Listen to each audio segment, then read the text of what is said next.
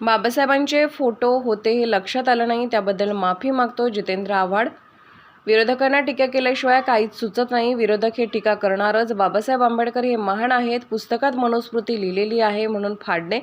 बाबासाहेबांचा फोटो होता हे लक्षात आलं नाही, त्याबद्दल माफी मागतो। बाबासाहेबांच्या विचारांना आज धक्का लागतोय म्हणून मनुस्मृतीचं दहन। शिक्षण मंत्री म्हणतात की काही चांगले श्लोक जर पुस्तकात घेतले तर त्यात वाईट लोकसत्तेने हेडलाईन छापून आणली, आम्ही नाही म्हणत ना। शेवटी बातम्या येतात, बातम्यांवरनं निष्कर्ष काढले जातात आणि स्वतः शिक्षण मंत्री आपल्या तोंडातनं म्हणतात की काही चांगले श्लोक मनुस्मृतीतनं घेतले तर त्यात चुकीचं काय नाही। हे कसल्या काय म्हणतात तीच मनुस्मृतीतील काही श्लोक तुम्ही परत पुस्तकात आणतायत, म्हणजे म्हणूनला प्रवेश देतात परत।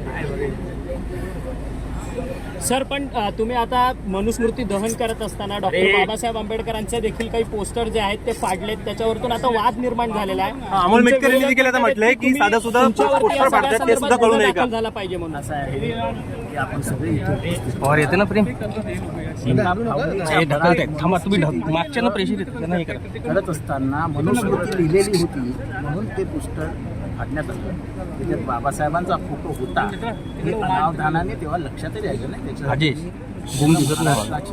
कार्यकर्त्यांच्या वतीने सगळ्यांच्या वतीने माफी मागितली आणि अनावधानाने झाली, त्याबद्दल महाराष्ट्रातील आम्हाला क्षमा करेल। एका विशिष्ट हेतूसाठी इथे आम्ही आलो।